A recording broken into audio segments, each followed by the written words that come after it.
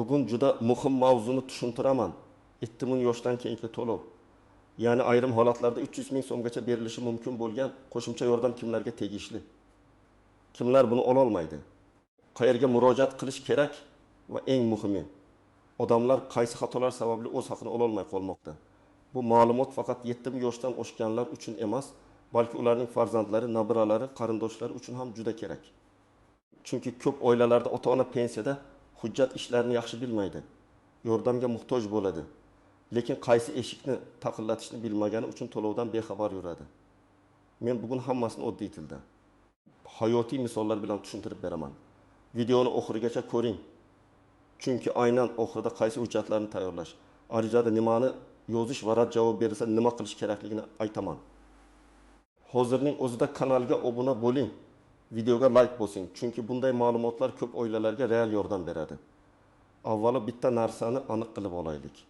70 yoshga kirgan har bir odamga avtomatik ravishda 300 ming so'm beriladi degan tushuncha noto'g'ri. Ko'pchilik aynan shu joyda adashadi. Odamlar men 70 yoshdan oshdim, demak davlat menga qo'shimcha 300 ming so'm to'lashi kerak deb o'ylaydi. Aslida esa bu to'lov yoshga bog'liq bo'lishi mumkin, lekin faqat yoshning o'zi yetarli asos bo'lmaydi. Oldin ko'p yordamlar mahalla orqali, hokimlik orqali, turli jamg'armalar orqali ajratilar edi. Odam ariza yozardi. Mahalla raisi yoki mas'ul xodim holatni o'rganardi. Keyin komissiya qaror qilardi. Bu tizimda bir muammo bor edi. Kimdir xabar topardi, kimdir xabar topmasdi. Kimning qarindoshi faol bo'lsa, hujjatlarni yig'ib berardi. Boshqalar esa yillar davomida yordam olish huquqi bo'lsa ham murojaat qilmasdi. Hozir esa ijtimoiy yordamlar bo'yicha tartiblar ancha aniqlashgan. Inson ijtimoiy xizmatlar markazlari, mahalla yettiligi, ijtimoiy xodimlar, yagona ijtimoiy himoya reyestri kabi tizimlar orqali keksalar, nogironligi bo'lgan shaxslar, yolg'iz yashovchilar, o'zgalar parvarishiga muhtoj fuqarolar aniqlanadi. Ya'ni davlat yordamni ko'proq manzilli qilishga harakat qilyapti. Yordam hammaga emas, aynan ehtiyoji bor odamga beriladi. Mana shu yerda 300 ming so'mgacha degan ibora paydo bo'ladi. Bu odatda aniq bir ehtiyoj turi. Ijtimoiy yordam yoki kompensatsiya miqdorining yuguri chegarasi sifatida tushuniladi. Ya'ni odamning holatiga qarab, unga 100 ming, 200 ming yoki 300 ming so'mgacha yordam belgilanishi mumkin, lekin bu 70 ga kirding. Mana pul degan oddiy avtomatik to'lov emas. Buni juda yaxshi tushunib olish kerak. Men birinchi navbatda 70 yoshdan oshgan, yolg'iz yashaydigan, sog'lig'i zaiflashgan, pensiyasi kundalik xarajatlarga yetmayotgan fuqarolarga bu masalani tekshirishni maslahat beraman. Ayniqsa odamning o'zidoriga, parvarishga, kommunal to'lovlarga, oziq-ovqatga qiynalayotgan bo'lsa, u albatta mahalla yoki ijtimoiy xodim bilan gaplashish kerak. Masalan, 72 yoshli onaxon bor. Turmush o'rtog'i vafot etgan, farzandlari boshqa viloyatda yashaydi yoki o'zlari ham moddiy jihatdan qiynaladi. Onaxonning pensiyasi bor, lekin pensiyaning katta qismi doriga ketadi. U har oy qon bosimi, yurak, qand kasalligi uchun dori oladi. Qolgan pul oziq-ovqat va kommunal to'lovlarga zo'rg'a yetadi. Mana shunday vaziyatda u menda pensiya bor-ku, menga yordam berishmaydi deb o'ylamasligi kerak. Pensiya borligi har doim ham ijtimoiy yordamni avtomatik rad etmaydi. Muhimi, real ehtiyoj bor yo'qligi o'rganiladi. Yana bir misol. 75 yoshli otaxon yolg'iz yashaydi. O'zi yuradi. Lekin ko'zi yaxshi ko'rmaydi. Uzoq joyga bora olmaydi. Dorixonaga chiqishi qiyin. Farzandlari yo'q yoki qonuniy ravishda parvarish qiladigan yaqin qarindoshi mavjud emas. Bunday odam faqat pulga emas, ijtimoiy xizmatga ham muhtoj bo'lishi mumkin. Ya'ni unga uyiga kelib ahvolidan xabar olish, hujjat ishlarida yordam berish, tibbiy ko'rikka yo'naltirish, kerak bo'lsa moddiy yordam masalasini ko'rib chiqish lozim bo'ladi. Uchinchi misol. 70 yoshdan oshgan er-xotin bor. Ikkala ham pensioner. Ularning uyida katta daromad yo'q, lekin ikki pensiya bor. Bir qaraganda ikkovi ham pensiya oladi. Yordam kerak emas deyish mumkin. Lekin agar ulardan biri og'ir kasal bo'lsa, doimiy parvarishga muhtoj bo'lsa, uy xarajatlari juda katta bo'lsa, bu oila ham ijtimoiy himoya nuqtai nazaridan o'rganilishi mumkin.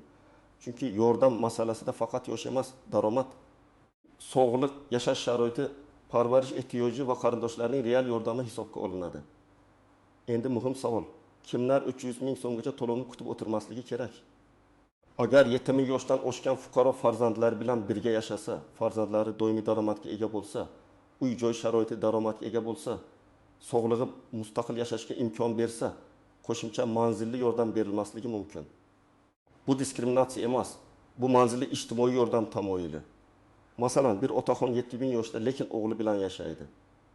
O'g'li tadbirkor, uyda sharoit yaxshi, otaxonning pensiyasi o'z xarajatlariga yetadi. Tibbiy jihatdan og'ir parvarish talab qilmaydi. Bunday holatda faqat yosh asosida 300 ming so'm talab qilish to'g'ri bo'lmaydi. Yana bir holat, odam 70 yoshdan oshgan, lekin pensiyadan tashqari ijara daromadi bor. Masalan, bitta kvartirasini ijaraga bergan yoki yerdan barqaror daromad oladi. Bunda ham ijtimoiy yordam masalasi ehtiyotkorlik bilan ko'riladi. Chunki yordam haqiqatan muhtoj odamga berilishi kerak. Ba'zi odamlar qo'shnim oldi. Men ham olishim kerak deb o'ylaydi. Bu ham noto'g'ri. Qo'shningizning oilaviy holati boshqa bo'lishi mumkin. U yolg'iz yashayotgandir, nogironligi bordir, dori xarajatlari yuqoridir, farzandlari yo'qdir yoki ijtimoiy xodim xulosasida parvarishga muhtoj deb topilgandir. Sizning holatingiz tashqaridan o'xshab ko'rinsa ham, hujjatlarda boshqacha baholanishi mumkin. 300 ming so'mgacha degani har doim aynan 300 ming so'm degani emas. Men buni alohida ta'kidlayman. Gacha so'zi juda muhim. Bu yuqori chegara bo'lishi mumkin. Amalda aniq miqdor odamning ehtiyojiga, hududdagi tartibga, ajratilgan mablag'ga, ijtimoiy xodim yoki komissiya xulosasiga qarab belgilanadi. Masalan, bir odamga kommunal xarajatlar bo'yicha qisman yordam kerak bo'lsa, unga ma'lum muddat 1000 so'm ajratilishi mumkin. Boshqa odamda esa dori darmon xarajatlari katta, o'zi yolg'iz, parvarishga muhtoj bo'lsa, unga 300 ming so'mgacha yordam ko'rib chiqilishi mumkin. Yana bir kishiga pul emas, balki ijtimoiy xizmat, oziq-ovqat to'plami. Nogironlik aravachasi, reabilitatsiya vositasi yoki patronaj yordami kerak bo'lishi mumkin. Bu yerda yana bir nozik jihat bor. Ayrim yordamlar doimiy bo'lmaydi. Ba'zilari bir martalik moddiy yordam bo'lishi mumkin. Ba'zilari ma'lum muddatga belgilanadi. Ba'zilar esa holat qayta o'rganilgandan keyin uzaytiriladi yoki to'xtatiladi. Shuning uchun odam bir marta oldim, endi har oy olaman deb o'ylamasligi kerak. Qarorda yoki javob xatida yordamning muddati, turi va miqdori yozilishi kerak. Birinchi nozik jihat ro'yxatda turish. Ko'p hollarda odam real yashayotgan joy bilan ro'yxatda turgan joy boshqa bo'ladi. Masalan, onaxon Toshkentda qizi bilan vaqtincha yashaydi, lekin doimiy ro'yxati Qashqadaryoda. U Toshkentdagi mahallaga murojaat qiladi. Mahalla esa siz bizda ro'yxatda emassiz deyishi mumkin. Bunday holatda masala murakkablashadi. Odatda ijtimoiy yordam doimiy yashash yoki ro'yxatdagi hudud orqali ko'riladi. Shuning uchun avval qaysi hudud vakolatli ekanini aniqlash kerak. Ikkinchi nozik jihat, farzandlari bor odam avtomatik rad etilmaydi. Lekin farzandlarning mavjudligi albatta hisobga olinadi. Masalan, odamning 3 ta farzandi bor, lekin biri nogiron, biri ishsiz, biri chet elda va aloqasi yo'q. Hujjatda farzandlari bor deb turishi mumkin. Lekin real hayotda ular ota-onaga yordam bera olmaydi. Bunday vaziyatni arizada aniq yozish kerak. Farzandim bor, lekin yordam bermaydi deb og'zaki aytish yetarli emas. Imkon qadar holatni tasdiqlovchi ma'lumotlar, mahalla dalolatnomasi, ijtimoiy xodim xulosasi kerak bo'ladi. Uchinchi nozik jihat sog'liq holati. Agar 70 yoshdan oshgan odamda og'ir kasallik bo'lsa, buni shunchaki kasalman deb aytish bilan cheklamaslik kerak. Poliklinikadan ma'lumotnoma, shifokor tavsiyasi, dori ro'yxati, nogironlik guvohnomasi bo'lsa, uning nusxasi, davolanish xarajatlarini ko'rsatadigan hujjatlar tayyorlanishi kerak. Chunki komissiya yoki mas'ul xodim qaror qabul qilayotganda dalilga qaraydi. 4-nozik jihat pensiya miqdori. Ba'zi odamlar pensiyam kam deydi, lekin aniq summani ko'rsatmaydi. Arizada pensiya miqdori, boshqa daromad yo'qligi, uyda nechta odam yashashi, har oy asosiy xarajatlar qancha bo'lishi yozilsa, holat ancha tushunarli bo'ladi. Masalan, pensiyam 900 ming so'm, har oy doriga 320 ming so'm, kommunal to'lovlarga 200 ming so'm. Oziq-ovqatga qolgan pul yetmaydi degan tarzda yozish samaraliroq. 5-nozik jihat, yordamni olish uchun kimdir pul so'rasa, bu xavfli signal. Ijtimoiy yordamni rasmiy tartibda olish uchun hech kimga tezlashtirib beraman deb pul berish kerak emas. Agar kimdir 300 ming so'm to'lov chiqarib beraman, menga falon pul berasiz desa, bu qonuniy yo'l emas. Bunday vaziyatda yuqori tashkilotga, ishonch telefonlariga yoki huquqni muhofaza qiluvchi organlarga murojaat qilish kerak. Endi eng muhim qismga o'tamiz. Agar siz yoki sizning ota-onangiz, buyingiz, bobongiz 70 yoshdan oshgan bo'lsa va moddiy yoki ijtimoiy yordamga ehtiyoj sezsa, Men quyidagi tartibda harakat qilishni maslahat beraman. Birinchi qadam, mahallaga boring. Yashash joyingizdagi mahalla raisi, hokim yordamchisi, xotin-qizlar faoli, yoshlar yetakchisi yoki ijtimoiy xodim bilan gaplashing. Hozir ko'p hududlarda ijtimoiy masalalar bo'yicha alohida mas'ullar ishlaydi. Siz 7 yoshdan oshganman. Moddiy ahvolim og'ir. Ijtimoiy yordam yoki 300 ming so'mgacha to'lov masalasini ko'rib berishingizni so'rayman deb aniq ayting. Ikkinchi qadam, ariza yozing. Og'zaki murojaat bilan cheklanib qolmang. Arizada familiya, ism, otasining ismi, tug'ilgan sana, yashash manzili, telefon raqami, pensiya miqdori, oilaviy holat, kim bilan yashashi, sog'lig'i, qanday yordam kerakligi aniq yoziladi. Masalan, men 7 yoshdaman, yolg'iz yashayman, pensiyam falon so'm. Doimiy dori qabul qilaman, farzandlarim yordam bera olmaydi. Moddiy yordam ajratishingizni va ijtimoiy holatimni o'rganishingizni so'rayman. Uchinchi qadam, hujjatlarni tayyorlang.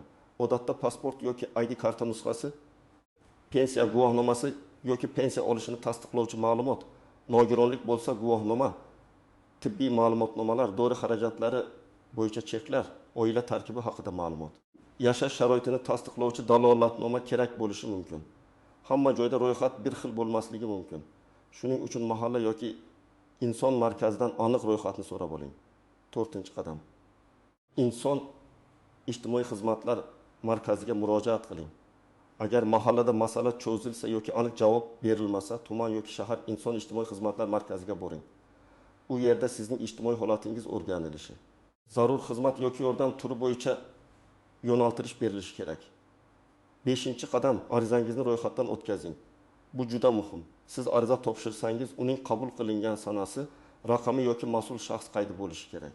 Aks holda keyin ariza bermagansiz deyishlari mumkin. Agar imkon bo'lsa, arizaning nusxasiga qabul qilinganligi haqida belgi qo'ydirib oling. 6-qadam, javobni yozma shaklida so'rang. Agar yordam berilsa, miqdori, muddati va turi aniq bo'lsin. Agar rad etilsa, rad etish sababi yozma bo'lsin. Sizga bo'lmaydi degan og'zaki gap yetarli emas. Yozma javob bo'lsa, siz keyin uni tahlil qilishingiz, kamchilik bo'lsa qayta murojaat qilishingiz yoki yuqori tashkilotga shikoyat qilishingiz mumkin. Agar sizga rad javob berilsa, darhol tushkunlikka tushmang. Avvalo rad sababi nima ekanini o'qing. Ba'zan rad etishning sababi hujjat yetishmasligi bo'ladi.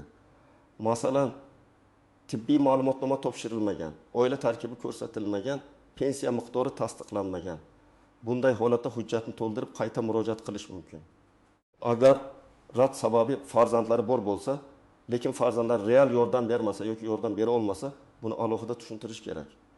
Farzandning nogironligi, ishsizligi, chet elda ekanligi, aloqasi yo'qligi, oilaviy sharoiti og'irligi kabi holatlar bo'lsa, tasdiqlovchi ma'lumotlarni qo'shing.